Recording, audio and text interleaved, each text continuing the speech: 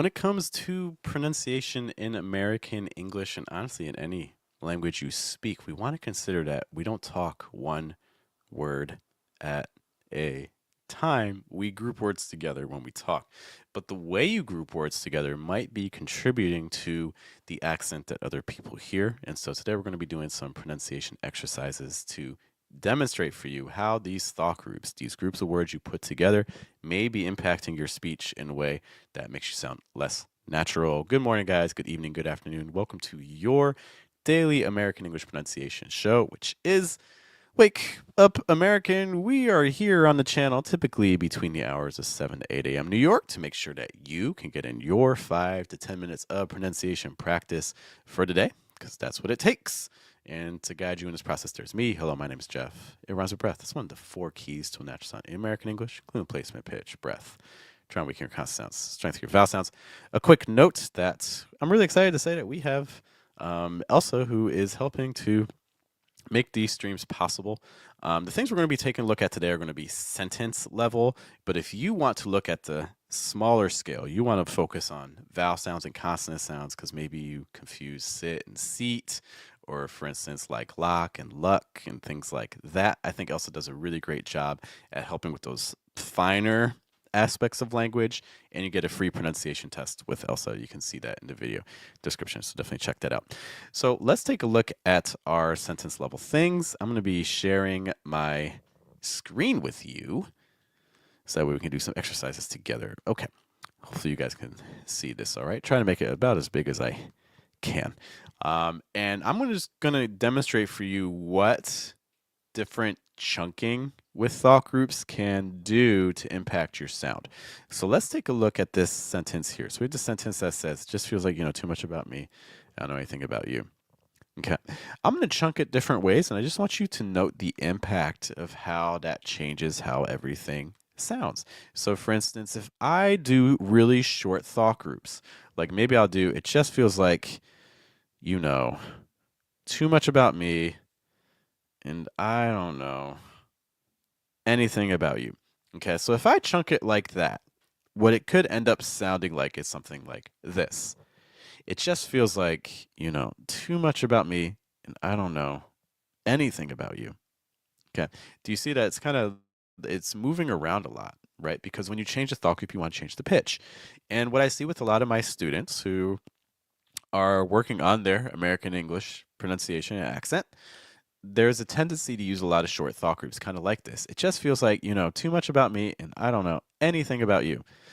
And so what ends up happening is a lot of times with these short thought groups, it can actually lead to what I call bobbing. It just feels like, you know, too much about me, and I don't know anything about you. We're kind of just like bouncing between kind of like 2 different pitch levels very often. So compare that rhythm to something like this. So let's make some longer thought groups for this. Let's maybe go all the way down to me, and then let's go all the way down to you. So before we had like 4 or 5 thought groups. Now we just have 2. Okay. And how's that going to impact our rhythm? So maybe now it's going to sound something like, it just feels like you know too much about me, and I don't know anything about you. It just feels like you know too much about me, and I don't know anything about you. Do you see how now by having the longer thought group, that's allowing me to flow a little bit more and connect my speech. And it's allowing me to incorporate a wider range of pitches because I have more room. Okay. One of the things that happened is I put the stress on just. And in English, this is really important. Every thought group is going to have one word that receives stress, and that's the place where the pitch is going to go up compared to the previous syllable. And in English, if I don't stress you, then I reduce you. So everything after that is going to have to move down in pitch. It's like, just feels like you know too much about me. It just feels like you know too much about me. It just feels like you know too much about me.